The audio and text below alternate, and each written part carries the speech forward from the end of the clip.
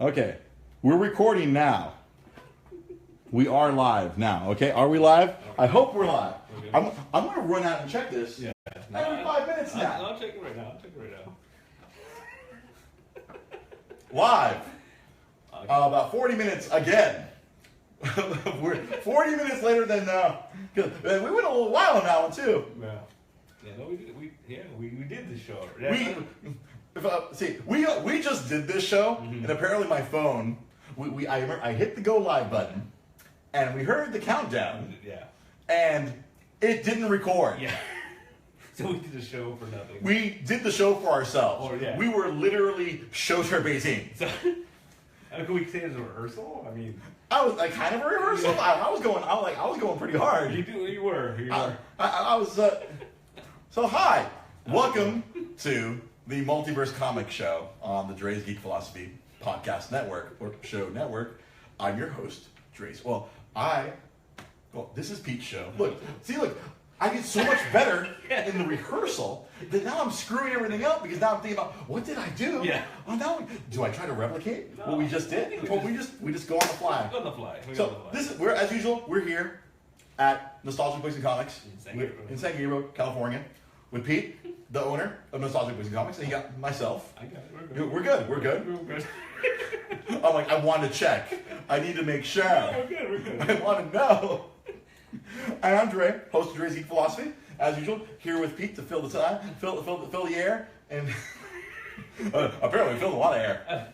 I think you're stammering now. You're just like, What do I say? I am exasperated and mad at my phone for not recording the episode earlier. I'm so annoyed. Well, you know. Oh, That's what happens, man. technical difficulties. Live podcast. Live, doing a live show generally just drives me insane. So Pete, last week was Comic-Con. Last week was Comic. So let's talk about some of those announcements. Let's talk about Comic-Con. What did DC announce? So let's see, what did we talk about? We talked about Arkham Asylum. Arkham Asylum 2. There's a sequel to Arkham Asylum. Yeah, and then who's working on that? we got Grant Morrison coming back. Who did the original Who did the Arkham original? Asylum around the time of the Batman movie? Around the time of the Michael Keaton Batman. Michael Keaton Batman movie, yes. So we're some people consider that like the best Batman book around, right? Like The Arkham Asylum book. Yeah. It is like it's right up there with was it Dark Knight. Dark Knight Returns and Year One. Batman Year One. And I don't know what else. No, those for me those are like the pinnacle of Batman writing right there. But see, so they announced that it's going to be Grant Morrison, Chris Burnham. Chris Burnham. We're getting the Batman Incorporated team back together. Mm-hmm. And it's in the future With Damian Wayne, son of Batman. Son If of you Batman. did not know that. And so we're getting Damian as Batman dealing with his version of Arkham Asylum. His Arkham Asylum, everything from the future that he has put in there. Which is going to be scary to think about it, man, because Grant Morrison comes up with some like really intense villains. He does. He's a little nutty. I remember Professor Pig. Oh God! Yeah. I forgot about Professor Pig. You know what's something horrifying about Professor Pig? They made an action figure of him from an Action League. The really cutesy toys for the kids, and there's a Professor Pig toy. And I'm like, really? You're taking one of the most terrifying villains from the comics, and you turn him into a toy for the children's. Well, that's funny. I think For the Action League. I think that's Professor Pig. Because I think we talked about that too. Like, I think it's just a weird, because comic culture has become so mainstream.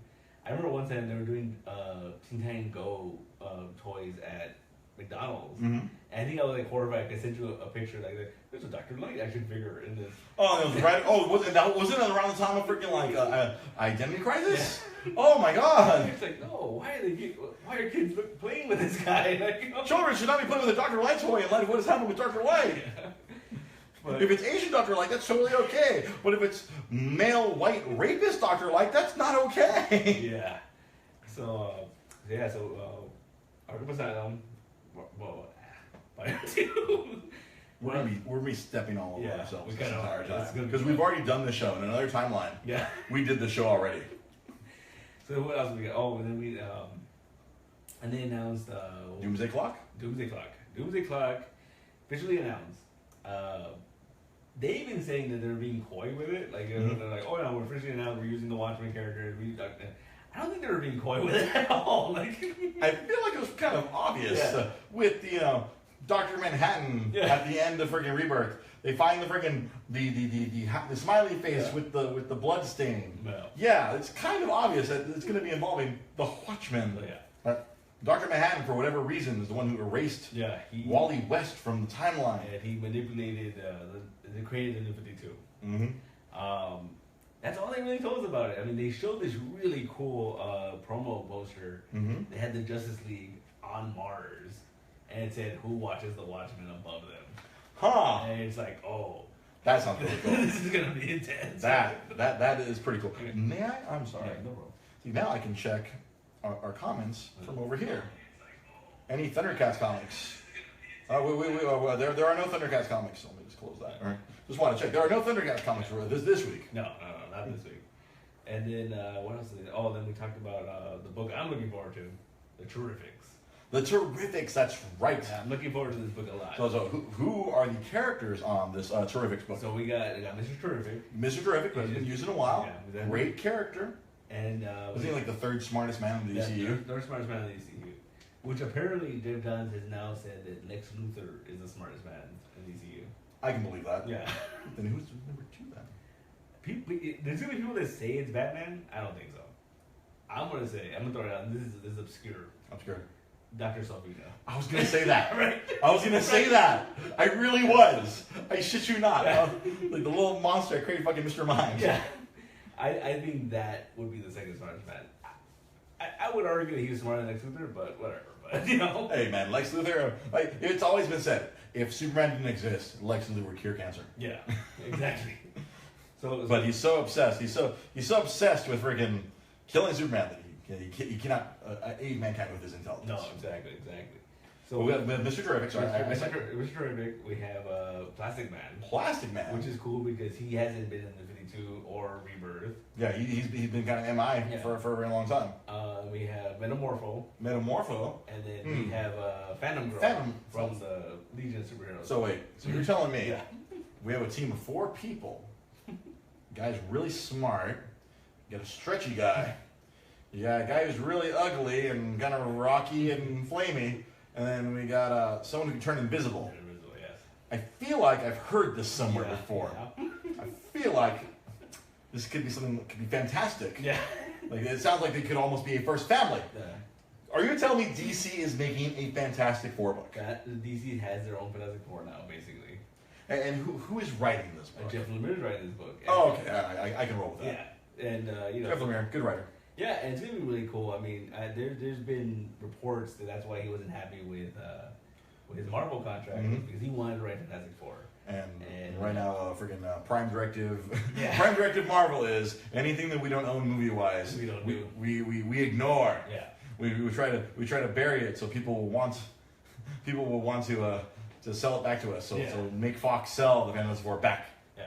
To Marvel. So it looks like he decided to go to DC and just make his own Fantastic Four. Yeah, man, if you can't use it, make your own. Make your own, right? So then, so that's the book I'm really excited about.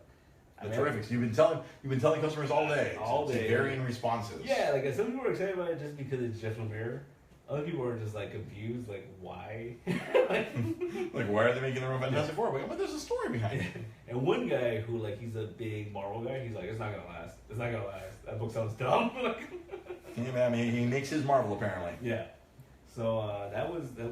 And then we got the big Frank Miller news. That's right. Yeah. Good old Uncle Frank. Uncle Frank. Oh, good old our crazy racist, sexist Uncle Frank. What is he doing? So they just announced he's doing a year 1 style story. Year 1, because he's famous for that Batman Year 1 book. What is he going to do? Superman. Yeah. Wait. Frank Miller, who notoriously hates Superman. I mean, it's very apparent. He had Batman beat the shit out of him several times throughout the Dark Knight Returns, the Dark Knight Strikes Again. He beat his ass with kryptonite gloves. Yeah. He trashed him. He kicked his ass. Yeah. And now you're telling me that he's gonna Frank Miller is going to do a year 1 young Superman. Young Superman. He's going to have him fly into walls and he has to, right? trip over his own dick. I mean, He hates Superman. How are you gonna put a man who like openly hates Superman on a Superman Year One book? I don't understand it. I mean, I feel like maybe they're just, I don't know, man. I think why would he ask for this assignment? If only to pull down his fucking Depends and take a shit, or wipe his full Depends all over Superman. He's old. Yeah, but I don't know, man. Like, I mean, it kind of split the internet. Like, half the internet is excited because Frank Miller. It's Frank Miller. People unabashedly love him for whatever reason. And then half the internet's just like, why? This makes no sense, you know? Yeah, like I feel that you and I are on the why. Like, no, he hates Superman. Even All-Star Superman, All-Star Batman, he made Superman kind of a dick. Yeah. I don't know about the. That seems like a dumb move. Yeah. That seems like a DC cinematic move. Yeah. Not a DC Comics move. Right now, DC was making all the right decisions, and that sounds like a bad decision in my book. Yeah, I mean, we'll see. I mean, it depends on who's gonna draw it too. I doubt he's gonna draw it. Oh no, you know, he's. We'll have our fucking slack jaw going. Yeah, it just would take forever. Like, he's not. He's an old man now. Yeah. Like. Yeah. So his time has passed. He can write racist words together. Yeah. And so I keep checking to make sure we're still alive. We're good. I know.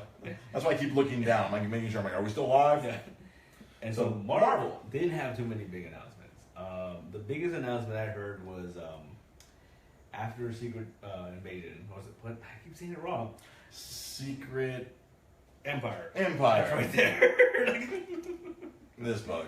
I said it wrong the last time too. Right? We did it twice. Yeah, you did say Secret Invasion. I'm like, Secret Invasion, guy. Well, because we kept talking Secret Invasion. Yeah. On our Monday night podcast, we were talking Secret Invasion because we got Skrulls now. There are the Skrulls in the Marvel movie universe now. So we have potentially some Skrull action.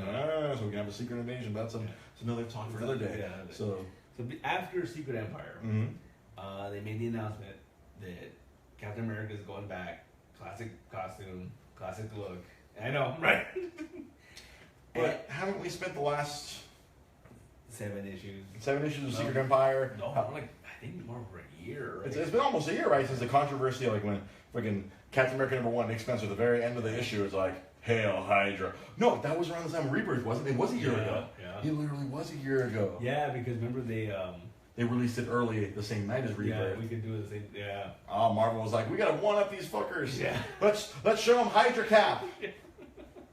And it has been a year. We've had a year of Hydra Cap, and all of a sudden, apparently, we're supposed to forget that he's been the leader of Hydra. He's been Hydra Supreme, Captain Hydra, and now it's like Mark Waid. You said Mark Waid was writing it, and Chris Sammy. Yeah. They really did great stuff on Daredevil. Oh, that was one of my favorite books. That's such a good book. That's such a good run. Yes. Yeah. So they're going to be taking over Captain America. Huh. And from the cover, they released just one cover, and it's classic Captain America with the round shield and everything. And he's not the weird triangle shield. Yeah. Oh, because the round shield is in the possession of Mr. Sam Wilson. Oh, they just announced that too. That he's going back to being the Falcon. He's going back to being the Falcon because movies. Yeah. Because movies, kids. Because movies. So, but the craziest thing, I mean, the most interesting thing to me is that Mark Waid said in an interview, "Oh, this is the Cap you guys all love. Like we're taking it back. We're bringing it back to basics." And so So how do we forget that? I don't know. How do we forget of Captain Hydra? I mean, it's Mark Waid, so I mean, he'll find a way. But you were saying that some with this legacy stuff that's coming out. It looks like maybe they're traveling through time because it looks like there's some time travel elements to this legacy thing. So maybe they're gonna pluck Captain America from before he was fucking brainwashed by Hydra and like, oh, freedom prevails, final justice. Well, that'd be kind of cool. I just thought about it. What if they pluck him before he was frozen? And so then it's like lost in time cap again, just like the movies. He was just lost already, right? So it didn't matter, right? It doesn't matter. You just put him back after, Huh. That'd be kind of interesting. That would be interesting. Like you said, I see the writer wheels working in your head. They're like, yeah, I could write this book. Yeah. Just pluck him from the ice. Mark Waid. Yeah. Sorry, buddy. Sorry, Mark Waid. I got this. And aside from that, and they didn't really make too many comic announcements, but we did get the solicitation for October. So October is when something we've talked about the last few weeks. All the numbering goes back to the original numbering of the books. Yeah. which is insane. It's kind of crazy. Like Spider-Man is going from like 26, 27 right now to 789. Wowzers. That is nuts. You know, Avengers was like at number 9, I think. 672. Yeah. 672. You know, we got Black Panther at 165. Cable, which is like on the 3rd or 4th issue right now. So around the time when that comes out, it'll be issue 150. Yeah. This is a big jump. So this is insane. The one that surprises me the most is that Deadpool is at 287. There have been 286 Deadpool comics over the course of how many miniseries and all this stuff. They have to count the miniseries, right? Isn't that what they did with? They're doing that with Venom, aren't they? Yeah, they did that with Venom. So they're counting all the minis. Yeah. So wait, are you telling me that Deadpool had more miniseries than Venom? Yeah. That's crazy. I feel like Venom was on the bench for a while. Yeah, that makes sense. Because I feel like there was a good long time where there was no a Venom comic book, so to speak. Yeah. Huh. That's because Venom was that one hitting like 100 or 155? It's on 150 right now. They already did the jump. No, that's the first one that made the big jump. Yeah. The Venom to number 150. Yeah. Wow, it's insane when you stop to think about that kind of stuff. Yeah, so they're pushing all these numbers forward, and you know, and then I don't know. I mean, we talked about this. Like, it's cool, but it's also very confusing. Yeah, I know. Like I brought it up to you as a fan. Yes, now we have we know where we're supposed to be instead of like this constant number one that they've done many times over. Obviously, it's cool as a fan, but as a man who owns a comic shop, this is concerning for you because a lot of newer comics, especially within the last 5-10 years, with all these, there aren't a lot of new people because of the movies, but there are definitely new customers who are buying comics. This can be terrifyingly confusing when you walk in, you buy Avengers number 9, and you come back here in October, and all of a sudden it's Avengers number 672. That's kind of like, what the hell? It's just it's very jarring. Yeah. I mean, the whole reason Marvel said they were like constantly doing the reboots and number 1 because people get confused and they want early issues. They want to start at number 1. Mm-hmm. And now they're going against that. They're realizing, our sales keep dropping even though we put out all these new number 1s and no new people are reading it. So crap, we need to bring back our old fans. So hey, old man, Iron Man number 593. So I mean, it's a bold move, but I don't know if it's a good move. Hulk 709. Yeah. Oh boy, and that's just there's something actually in there. I think I don't know if you'd like it or you might get upset, but like when Hulk after this whole legacy, it's called Return to Planet Hulk. Yeah. How can we return to a planet that has been destroyed? Yeah. The whole reason he became the World Breaker and came back and did the whole World War Hulk because. Yeah. I'm not going to go off on a rant here. And then I'm going to look here, and I'm going to try to concentrate on what we have next year. Yeah, look at that. There's Venom 155 and Deadpool 287. Yeah. Just insane. And it's Despicable Deadpool now. Oh, good. And then like the Spectacular Spider-Man, now we have the Despicable Deadpool. That's a weird title. It should just be Deadpool. Yeah. Or like the Merc with the Mouth, or like something like that. This Despicable Deadpool is very, I don't know, weird wordplay. Like, it's like old school alliteration. Bruce Banner. Yeah, Bruce Banner. Peter Parker. Reed Richards. Susan Storm. Yeah. Everybody else, the alliteration. Yeah. But the worst initials ever. Yeah. So that's initials are PP. Yeah. So that's all we get from Marvel. Like, there wasn't too many announcements. So we're doing things, and that's it. We're doing this legacy. I think they jumped on that legacy so early. Like, they announced it so early that just kind of like they really. There's nothing they could really say. Yeah. I mean, when you're putting out lack of quality books at apparently rapid rates. Yeah. There you go. Because like last week, we talked about. You've been doing this for like 7 months. I got the transitions down. Pow! I got it down. You got it down. We just talked about Secret Empire 6 last week. Yeah, we did. And we are here 7 days later. Number 7 here. Which, during the previous show, I flipped through this and saw some very horrifying things. Yeah, this is an intense issue.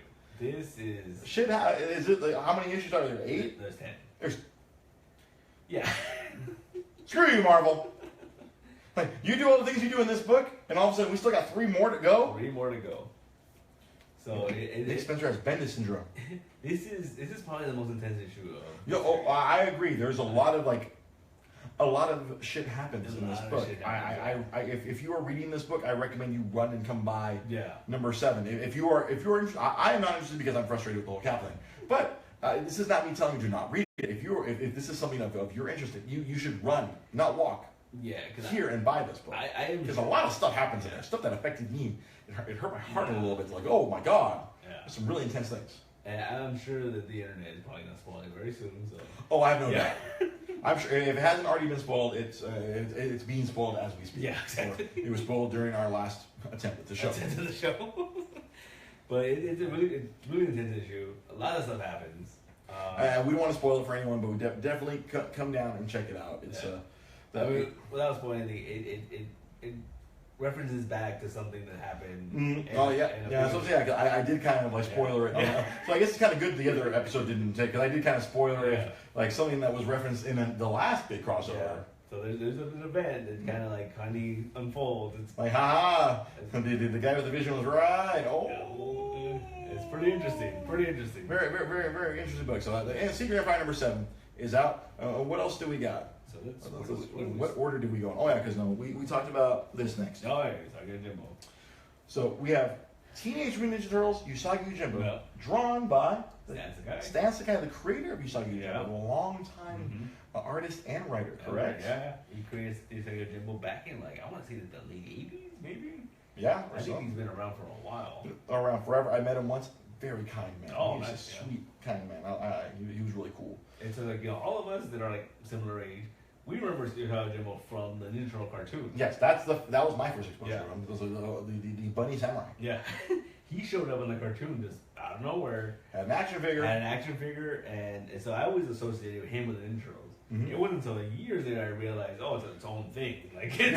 Working at Comic Galaxy and finding there was a Usagi Yojimbo comic, I'm like, what? Yeah. There was a comic? Yeah. It was its own thing outside of the Turtles. Yeah. Oh, it's pretty great, and the whole thing drawn by Stan Sakai. Yeah. The turtles get transported to feudal Japan, or feudal amorphic animal Japan. Everyone speaks Japanese. That was the revelation that I realized that apparently Michelangelo speaks Japanese. Yeah. I was flipping through this and I learned, he speaks Japanese. Yeah. And then I was bitching about it should be Leo or it should be Donatello speaks Japanese, but Michelangelo speaks Japanese? Apparently. But this is a fun book. It's a one-shot. So it's a one and done. One and done, and no ads. Yeah. This is a throwback to some old comics, and it's a heavy book. I mean, compared to some of the other stuff over here, this is quite heavy and quite light compared to some of these other, your standard books. Yeah. Feel a little light. This one's heavy, nice cardstock paper, very high quality, especially since you're paying $7.99 for it. Wow. But it's a one shot, one self-contained story. It doesn't have a lot nowadays. No, that's a rare thing now, man. And something else I learned: Yojimbo is Japanese for bodyguard. Yeah. I learned that. There you go. Earlier when I flipped through this. So let's talk about Doom Patrol. Doom Patrol.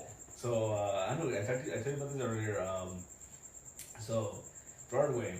The lead singer from My Chemical Romance. I did not know that. Yeah. My Chemical Romance. He's been writing comics. He's been writing comics for a while. He started a couple years back doing Umbrella Academy. That's right. Which got picked up to be a Netflix show. Mm-hmm. Of course it did. Yeah. And so My Chemical Romance is done. Mm-hmm. Or they're on hiatus. I don't know. Bands, they do that. Yeah. Sometimes they need to let the creative batteries recharge. But this guy Gerard Way, he cannot let his batteries recharge. He instead of focusing his energy into music, he's now focusing into comic books, and he's writing this whole Young Animal line, right? This Young Animal line, and it's a really cool book.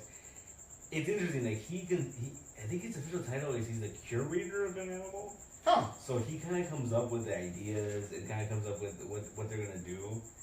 He writes this one, he co-writes another one, but the rest are just different creators and stuff. Right. But I think he co-created a lot of stuff. So what were we talking about? Mother Panic. Mother Panic, he co-created that one. He co-created, and that one's crazy because that one takes place in Gotham. Really? Yeah, so Batman hasn't shown up yet, but like Batwoman has shown up, and so characters from the Gotham universe, the Batman universe show up. So these books are really interesting because they're very kind of a throwback to like that early '90s Vertigo. I was just about to ask. It really does give the vibe. Even the logo kind of gives me that Vertigo kind of vibe. Where remember those early Vertigo books? Like you would have Superman show up in like Swamp Thing, and you'd have Martian Manhunter show up in Animal Man, but you were like, do they exist in the same? It's the same thing. Like, you don't know. Is this the same universe or isn't? You know, like is Hellblazer in the same universe as the rest of these? That now he is now. He is now. Yeah. But like back then, there was a bit of confusion about it because one of the big ones that was a House of Matt or like that. Oh. I was like the precursor to Harry Potter, like the House of Book. Mystery Books of Magic or something? Books of Magic, yeah. Books of Magic. I always felt that I remember when I first saw Harry Potter, I'm like, isn't that just Books of Magic? Yeah, right. Because there was a kid in Books of Magic as well. It was like Merlin or something, or heaven knows. Yeah, I never read. It was pretty. They actually brought him back in New 52. Oh, really? Yeah, during Justice League Dark. Jeff Lemire, when he was writing that book, he brought him into that book. It was really interesting. That's hilarious. But so this is the one that Jarway works on. Doom Patrol. And it's like they say, they coined years ago, it's the world's strangest superhero team. Right.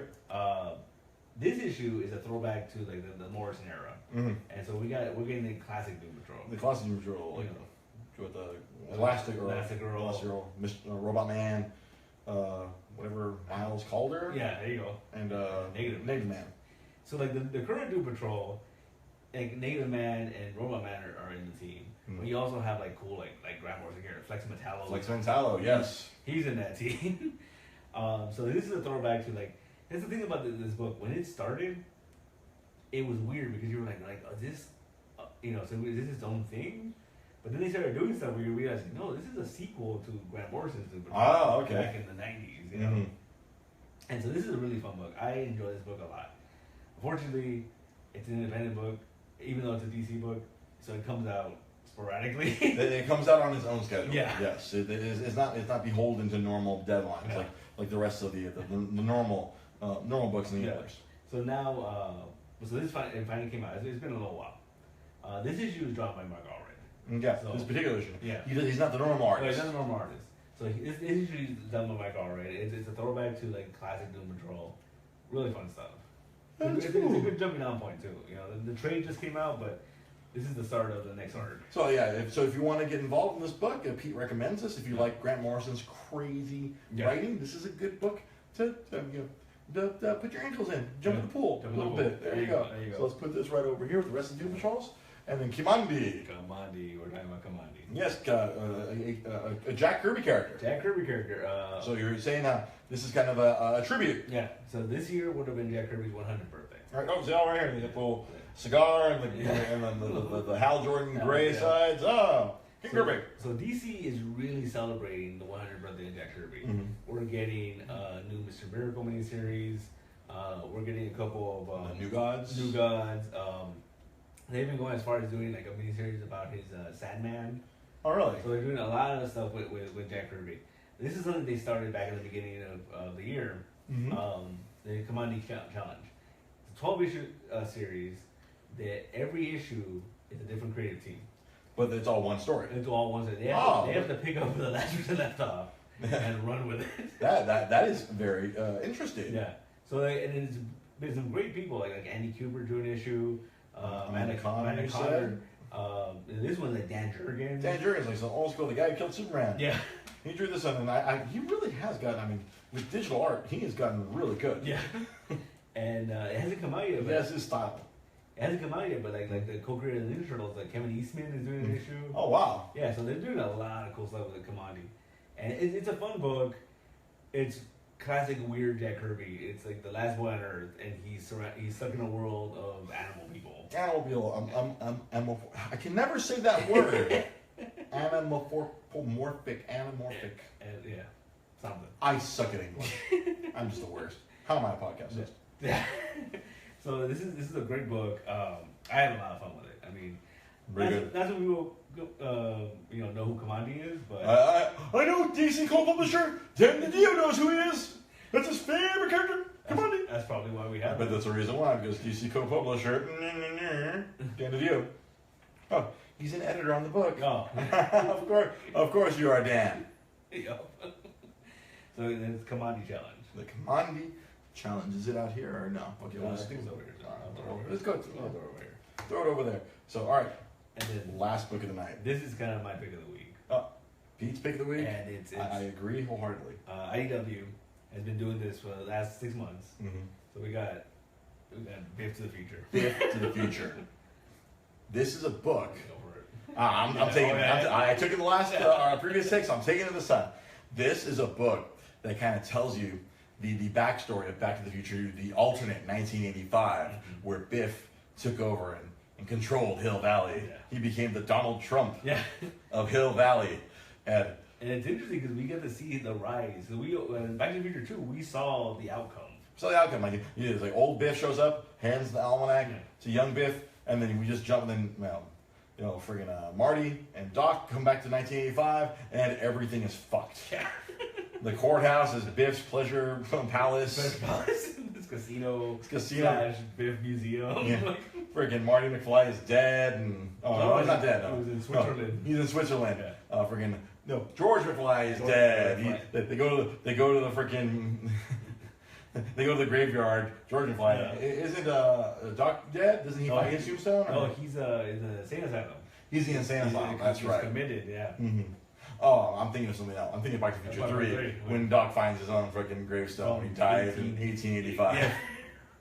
But this book, it's so insane. It shows you how Doc Brown gets committed to an insane asylum, how Biff wins all the races, and how Vegas doesn't just break his fucking legs. It shows how he parlays all this stuff into other things. How he freaking kills freaking George McFly. Yeah. How he freaking forces freaking Lorraine to freaking marry him. It's insane. I've been picking when I'm hanging out here. I've been picking through it. I've been reading it. And I'm like, this is insane. Yeah. This is and then the coolest thing about it is that since the last 2 issues, it's kind of flipped Back to the Future 2 because this is at the point of the last issue. This is if Marty never came back. So that never happened. This shows you how 1980, if friggin' Marty never, if Marty never realized it and got friggin' killed, if the DeLorean got lost in time, this is how it would have played out. The alternate 1985 would have played out. So now we see the whole thing. We see it's insane, and the best part about this book, the writer is the same guy who wrote the Back to the Future movies. Yeah. So this shit is legit canon. Yeah. This is straight from the same mind that wrote Back to the Future 1, 2, and 3. He was writing these comics. He wrote this 6-issue miniseries about Biff. Yeah. Who better to write about the rise of Biff than the guy who freaking created it in the first place? Yeah, exactly. It's freaking awesome. I'm personally waiting for the trade to come out. Or actually, we were discussing earlier, if you have all 6 issues, I might just buy all 6 issues right on the spot and take one set away from here. But if this strikes your fancy, if you like IDW is doing a lot of these freaking licensed books, and they're putting this is some quality stuff here, man. I'm telling you, the writer of Back to the Future wrote this. They figured out a way to get Bob Gale to write comic books. That's crazy, right? I'm sure you have more Back to the Future stories to tell. Can you tell us about? Oh, sure. I'm like, write it down. Write it down. We'll draw it. It'll be awesome. So. Pete's pick of the week, my pick of the week, Biff to the Future. 6-issue mini. Last issue comes out today. Come on down. If I don't take the last set, maybe you can grab the last set here at Nostalgic Books and Comics. So on that note, now that we're live. We were live. We were live. We did the show at about 8:05 to 8:35, and my phone didn't record it. So we did it again. We said, but Pete's like, what else are we gonna do? Let's do it again. And I'll just make fun of myself or my phone not recording it. So now we know probably don't do rehearsals because we're stumbling. We're stumbling. No, we can't rehearse because we had a really good first take. Yeah. Honestly, that first take was really good. I felt like we had a really good show, and then I come around. Why is my phone off? Well, why? I heard the boop boop boop live, and no, it didn't go live. No. We're gonna have to hire a cameraman. I think so. I think we need to get someone. We're gonna have to have someone come down here and be the cameraman, or maybe I'll be the cameraman. I don't know. We'll figure this out at some point. But the see, stumbling again. And I feel that this is funnier for it. This it's much funnier. I totally ran into the chalk. So again, the Multiverse Comic Show is a part of the Dre's Geek Philosophy Show Network. We have multiple shows. So Wednesdays, you get us here talking comics. Saturdays, brand new show, Dre versus the Super Nintendo. I break out my old Super NES and I play against. It's me fighting my gaming history. This Saturday it'll be round 3, me versus Super Metroid. It was pretty hilarious this past Saturday. I played for about 20-30 minutes before I lose my mind. Mondays, you get Dre's Geek Philosophy, the actual show. Myself, the host. Pete, my co-host. Executive producer Sam Zia with us as well. And you were there with me on Monday night. We got people who could be guests. We're gonna start bringing in guests. We got people who want to come on the show. People want to talk about their nerd philosophy, their geek philosophies, and how they either mesh with mine or conflict with mine. There you go. But Executive producer Sam Zia loves conflict. So we're gonna have some more fun on the Monday shows. We're here for you every Monday, Wednesday, and Saturday with content for you guys. So for host of this show, Pete Malini, he's the host. This is his show. Like, he's in command. I'm just here to help out and talk and fill in the time. I'm Dre Cervantes. This is Pete. This was the Multiverse Comic Show. Thank you for watching. Be sure check us out every Wednesday here for the Multiverse Comic Show. Have yourself a good night. Good night.